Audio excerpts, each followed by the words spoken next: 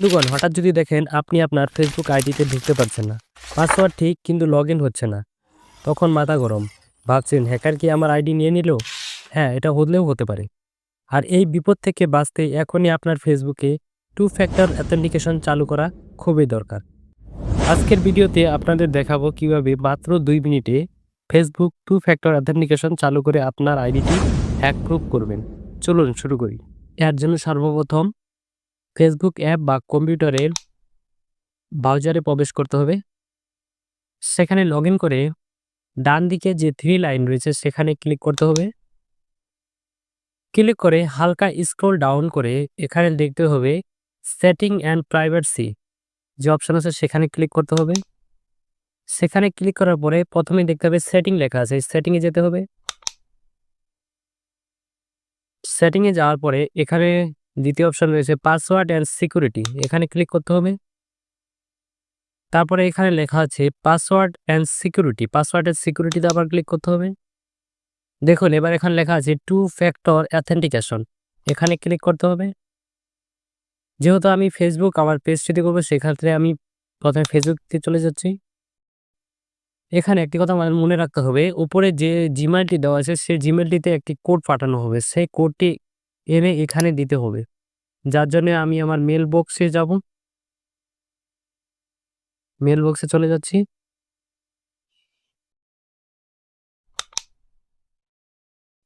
Mail বক্সে একটা code এসেছে,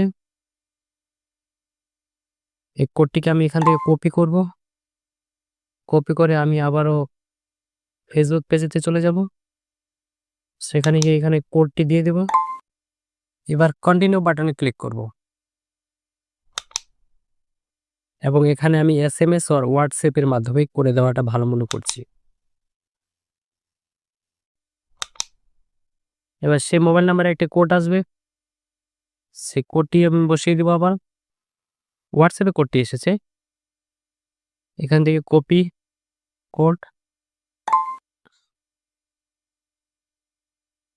কপি করে আবার চলে আসব ইন্টারিয়র কোড, এখানে কোডটি পেস্ট করে দিব। নেক্সট। তারপরে আপনার যে প্রোফাইল রয়েছে সেই প্রোফাইলের পাসওয়ার্ডটি এখানে দিতে হবে। আমি এক্ষেত্রে আমারটি দিয়ে দিচ্ছি। এখানে দেখুন আমার 2 স্টেপ ভেরিফিকেশন দেখাচ্ছে অন হয়ে গেছে। দ্বিতীয়বার এটা লগ ইন করতে গেলে কিন্তু আপনার একটি কোড প্রবেশ করাতে হবে বা এই নাম্বারে একটি এসএমএস আসবে।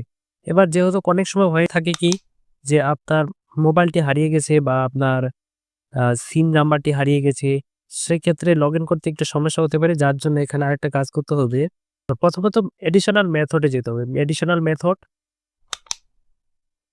তারপরে এখানে দেখুন লেখা আছে রিকভারি কোডস। এখানে যে কোডগুলো রয়ে গেছে এই কোডগুলোকে আপনাকে যত্ন করে রাখতে হবে।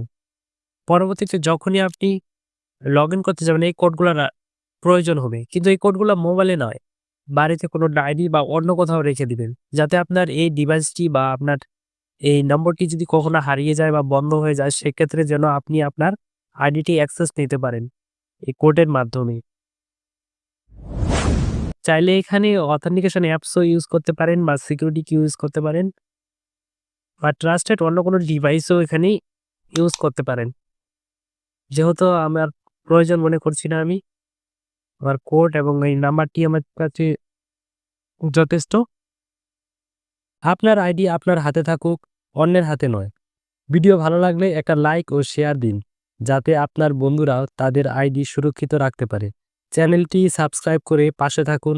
নতুন টিপস নিয়ে আবারও আসবো। ধন্যবাদ। নিরাপদে থাকুন অনলাইনে।